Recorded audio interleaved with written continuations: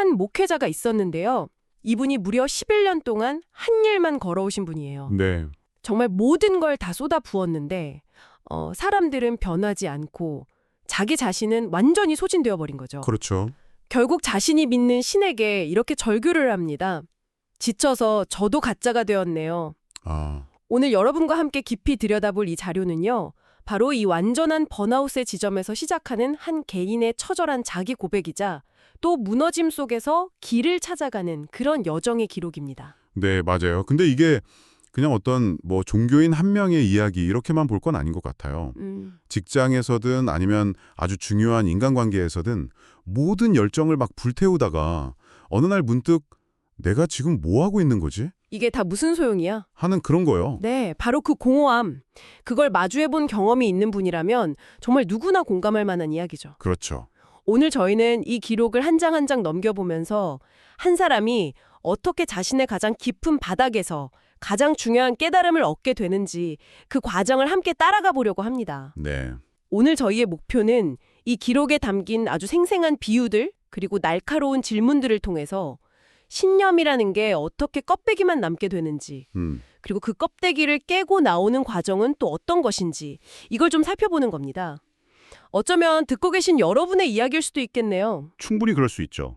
자, 그럼 이 치열했던 자기 성찰의 현장으로 한번 들어가 보시죠. 네. 이야기 시작이요. 정말 그야말로 완전한 탈진, 완전한 절망 상태에서 시작해요. 네, 목회 11년 차. 네.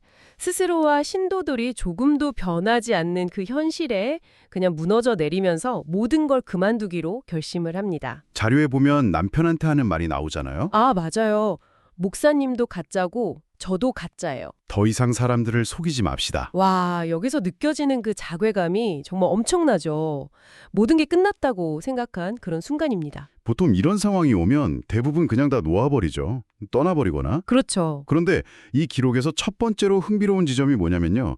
저자가 위기의 순간에 모든 걸 놓는 대신에 마지막 남은 믿음 하나를 붙잡는다는 거예요. 아, 주 안에서 쓰러지면 회복이 되지만 주 밖에서 쓰러지면 회복이 안 된다. 이런 생각이었죠. 그래서 기도를 시작하는군요. 네.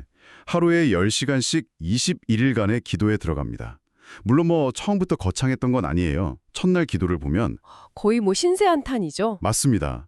청정 건축은 중단됐고 보일러는 얼어서 터졌고 우리 가족들은 추위에 떨고 있고 이런 하소연으로 가득 차 있었어요. 그야말로 모든 것이 무너진 상황에서 드리는 기도였으니까요. 네. 그런데 바로 그 다음 날부터 정말 놀라운 변화가 시작됩니다. 기도를 통해서 마치 누군가와 문답을 하듯이 일련의 깨달음을 얻게 되는데요. 먼저 사랑에 대한 질문부터 시작이 돼요. 이제 사람들을 더 이상 사랑할 힘이 없다고 느낀 저자가 사랑의 은사를 주세요 라고 간절히 구하거든요. 네. 여기서 은사라는 게 보통 신이 내려주는 어떤 특별한 능력이나 재능 뭐 이런 걸 의미하는 거죠. 맞습니다. 뭔가 초자연적인 힘이나 특별한 감정 같은 걸 기대한 거죠. 네. 그런데 돌아온 깨달음은 전혀 예상 밖의 것이었습니다. 뭐였나요? 바로 사랑은 은사가 아니라 행하는 것이다.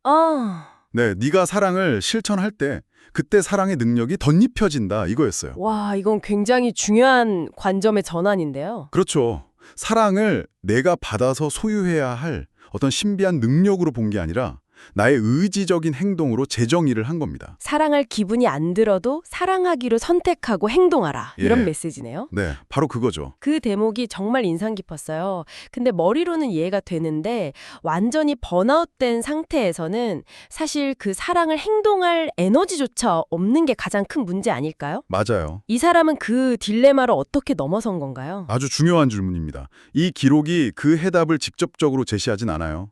하지만 그 다음 깨달음에서 힌트를 얻을 수가 있습니다. 아, 은혜에 대한 거요? 네, 바로 은혜에 대한 관점인데요. 저자가 모든 게 다 메말랐다고 느끼면서 은혜를 주소서라고 기도를 해요. 그러자 이런 응답을 받습니다. 은혜를 달라고 할 것이 아니라 이미 주어진 은혜를 깨닫게 해달라고 기도하라. 아, 이미 주어졌는데 내가 모를 뿐이다. 그렇죠. 모든 창조와 구원, 그냥 내가 숨 쉬는 것 자체가 이미 은혜라는 거죠. 이걸 심리학적으로 해석하면 결핍에 집중하던 시선을 감사로 돌리는 훈련과도 같아요. 사랑할 에너지가 없는 이유는 내가 가진 건 보지 않고 없는 것만 갈구하기 때문이라는 그런 통찰이죠. 아, 그렇군요. 문제의 원인을 외부, 그러니까 나에게 주어지지 않은 것에서 찾던 관점에서 내부, 이미 주어졌지만 내가 깨닫지 못한 것으로 완전히 전환되는 과정이네요. 바로 그겁니다. 이제 남 탓하던 거에서 벗어나서 어쩌면 문제가 내 안에 있나? 하고 처음으로 자신을 들여다보기 시작한 거죠. 그러면서 아주 충격적인 시각적 경험을 하게 되죠. 네, 바로 그 낮은 문에 대한 환상이잖아요. 은혜 안으로 들어가게 해달라고 간절히 기도하니까 환상 속에서 아주 낮은 문을 보게 됩니다. 네. 서서는 도저히 들어갈 수가 없는 말 그대로 바닥에 납작 엎드려야만 겨우 들어갈 수 있는 그런 문이었어요. 그렇죠. 그리고 이런 깨달음을 얻습니다. 낮아진 자만 은혜 안으로 들어올 수 있다. 이게 성경에 나오는 좁은 문에 대한 아주 강력한 재석이에요. 아, 흔히 좁은 문을 그냥 어려운 선택의 기로 정도로 생각하지만 이 기록은 그걸 완전한 자기 낮춤이라고 말하고 있거든요. 자기 낮춤이요? 네, 자신의 지위, 경험, 자존심, 내가 목사인데 내가 이만큼 헌신했는데 같은 모든 교만을 다 버리고 완전히 엎드리는 행위, 그게 없이는 진짜 세계, 즉 은혜의 영역으로 들어갈 수 없다는 걸 아주 상징적으로 보여주는 장면이죠. 사실 이건 비단 종교적인 태도만을 의미하는 게 아니에요. 어떤 분야의 전문가가 매너리즘에 빠졌을 때 초심으로 돌아가기 위해 자신의 모든 경력을 내려놓고 처음부터 다시 배우는 그런 자세와도 맞닿아 있습니다. 이 기도와 깨달음의 과정은 결국 저자를 자기 자신과 정면으로 마주하게 만드네요. 그렇죠. 특히 자신의 아들을 대했던 방식을 돌아보면서 큰 충격을 받게 되는데 이 부분이 정말 가슴 아프게 다가왔습니다. 네, 과거의 기억이 소환되는 부분이죠. 기록을 보면 저자의 부모님이 세상에서 막 방황하던 자신을 위해서 8년 동안 눈물로 기도했다고 해요. 8년이요? 네, 아들이 혹시나 자살이라도 할까봐 꾸짖지도 못하고 그저 가슴을 졸이면서 기다렸다는 거죠. 와, 그렇게 무조건적인 사랑을 받았던 자신인데 정작 15년 만에 곁으로 돌아온 자기 아들에게는 어떻게 했는가, 이걸 돌아보게 된 겁니다. 기도원 원장이라는 직책, 목회자라는 자신의 정체성을 앞세워서 맞아요. 담배 피우지 마라, 새벽 예배 드려라 같은 규칙으로만 아들을 다그쳤던 거죠. 네, 여기서 율법이라는 단어가 등장하는데 이게 그냥 규칙이라는 뜻 이상인 것 같아요. 맞습니다. 기독교에서 율법이라고 하면 보통 이걸 지켜야만 구원받거나 인정받을 수 있다는 식의 행위 중심적인 신앙 체계를 의미할 때가 많거든요. 즉 사랑이라는 동기는 사라지고 껍데기만 남은 규칙을 상징하는 거죠. 저자는 아들의 영혼을 사랑해서가 아니라 기도원 원장 아들이 이래서는 안 된다는 자기 체면과 규칙을 위해서 아들을 올감했던 겁니다. 결국 아들은 그 압박을 견디지 못하고 다시 집을 나갔고요. 네, 그리고 그는 너는 자식을 사랑한 것이 아니고 내 부모가 너를 사랑한 것에 근처에도 가지 못했다는 처절한 깨달음을 얻습니다. 바로 이 지점에서 자신이 사랑이 아닌 법으로, 관계로 일한 게 아니라 규칙으로 일하고 있었음을 처음으로 발견하고 통렬하게 회개하죠. 그리고 바로 이 지점에서 가장 근본적인 질문으로 이어지더라고요. 그렇다면 사랑이 없으면 어떻게 되는가? 네, 이 질문에 대한 답은 또 다른 환상을 통해 아주 충격적으로 주어지는데요. 저자는 자신이 예수밖에, 즉 자신이 믿는 신과 아무런 상관없이 휴지 조각처럼 구겨져서 버려져 있는 모습을 보게 됩니다. 와, 정말 등골이 오싹해지는 장면이죠. 잠시만 생각해 보세요. 여러분이 평생을 바친 일, 자부심을 느꼈던 모든 성취가 한순간에 아무 의미 없는 쓰레기였다는 걸 깨닫는다면 어떤 기분일까요? 상상하기 어렵죠. 그토록 금식하고 기도하고 헌신했던 모든 행위가 사랑이라는 핵심 동기가 빠지니까 아무것도 아니게 되어버렸다는 걸 직시하는 순간이었을 겁니다. 그렇죠. 그건 한 개인의 정체성이 그냥 완전히 붕괴되는 경험입니다. 네. 자신이 진짜라고 믿었던 모든 것이 가짜였음을 깨닫는 순간이니까요. 그리고 이 끔찍한 자기 직면은 또 다른 환상으로 이어집니다. 네. 자기고 위선자였다는 걸 깨닫는 것도 끔찍한데 이야기는 여기서 멈추지 않죠. 오히려 더 구체적이고 충격적인 경험으로 이어지더라고요. 맞아요. 울타리 안에 한 사람을 초대해야 하는 상황이 주어지는데 밖에는 더러워 보이는 죄인하고 아주 깨끗하고 믿음이 좋아 보이는 의인이 있었어요. 네. 저자는 당연히 의인을 선택해서 울타리 안으로 초대를 하죠. 그럴 수밖에 없죠. 그런데 그 순간 그 의인이 무섭게 지저대는 사나운 사냥개로 변해버리는 겁니다. 이때 음성을 듣죠. 내가 의인을 부르러 오지 않고 죄인을 부르러 온 것을 아직도 깨닫지 못하겠니? 이 경험을 통해서 저자는 자신이 그토록 비판했던 성경 속의 바리새인이 바로 자기 자신이었음을 깨닫게 됩니다. 바리새인이요? 네. 보통 종교적 규칙은 열심히 지키지만 정작 그 안에 사랑과 자비는 없는 위선적인 사람을 상징하죠. 결국 믿음이 좋아 보이고 기도도 많이 하고 재력도 있어 보이는 그런 의인들만 자신의 교회에 오기를 바랐던 그 속마음을 정면으로 마주하게 된 거군요. 그렇습니다. 사실 이건 비단 종교적인 문제만은 아니에요. 우리 모두가 어떤 조직이나 팀을 꾸릴 때 무의식적으로 다루기 쉽고 성과가 보장된 의인 같은 사람을 선호하는 경향이 있잖아요. 아, 그렇죠. 갈등 안 일으키고 내 말 잘 따를 것 같은 사람들. 네. 하지만 진짜 혁신이나 성장은 오히려 예상 밖의 죄인 같은 존재, 즉 기존의 틀을 깨는 이질적인 구성원을 포용할 때 나온다는 연구도 많거든요. 저자는 자신의 사역을 더 쉽고 편하게 만들고 싶었던 그 욕망을 의인을 선호하는 마음으로 포장했던 겁니다. 맞아요. 기록에 아주 솔직한 고백이 나오잖아요.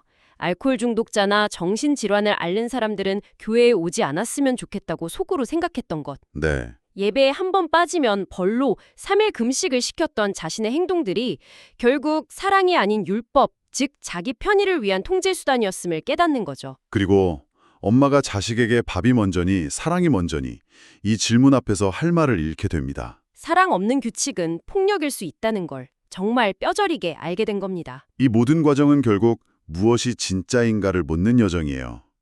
저자는 자신의 사역, 헌신, 규칙들이 진짜 믿음이라고 굳게 믿었지만 사랑이라는 핵심 엔진이 꺼지는 순간 그것들이 모두 가짜가 될 수 있음을 깨달은 겁니다. 네. 영혼을 사랑하는 그 수고를 덜기 위해서 규칙이라는 편리한 도구를 사용했고 사역의 성공이라는 목표를 위해서 의인이라는 손쉬운 대상을 원했던 자신의 민낯을 마주한 거죠. 굉장히 고통스럽지만 네, 고통스럽죠.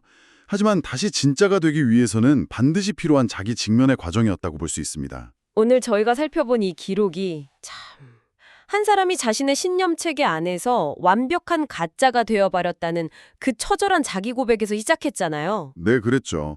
그리고 기도를 통해서 사랑은 감정이 아닌 행동이며 은혜는 구하는 게 아니라 발견하는 것이고 겸손은 가장 낮은 곳에 엎드리는 것이라는 본질을 하나씩 다시 깨닫죠. 그렇죠.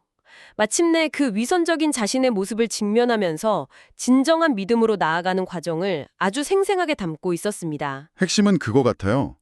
예수 안에 있는가 밖에 있는가라는 그 종교적 질문이 결국에는 사랑 안에 있는가 밖에 있는가라는 보편적인 질문과 정확히 같다는 깨달음.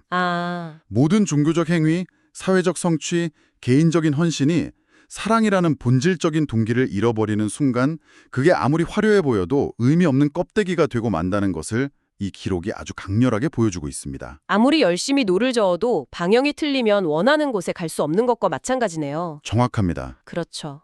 죄인의 친구가 되어주었던 나를 아직도 모르겠니? 라는 마지막 질문은 이 모든 여정의 결론과도 같습니다. 네. 자신이 정죄하고 밀어내려 했던, 다루기 어렵고 불편하게 만들었던 바로 그 사람들의 친구, 그게 신념의 본질이라는 깨달음이니까요. 이 이야기는 종교를 떠나서 우리 모두에게 생각해 볼 만한 마지막 질문 하나를 던집니다. 네. 여러분의 삶에서 가장 중요하게 여기는 가치나 관계 혹은 일이 있을 겁니다. 있죠. 혹시 그것을 더 효율적으로, 더 성공적으로 만들기 위해서 세운 수많은 규칙이나 원칙, 시스템에 너무 몰두한 나머지 가장 처음 그것을 시작하게 했던 그 순수한 목적이나 뜨거운 마음을 잃어버리고 있지는 않으신가요? 어쩌면 우리도 모르는 사이에 가장 중요하다고 믿는 것의 가장자리, 그 밖에 서 있게 될지도 모릅니다.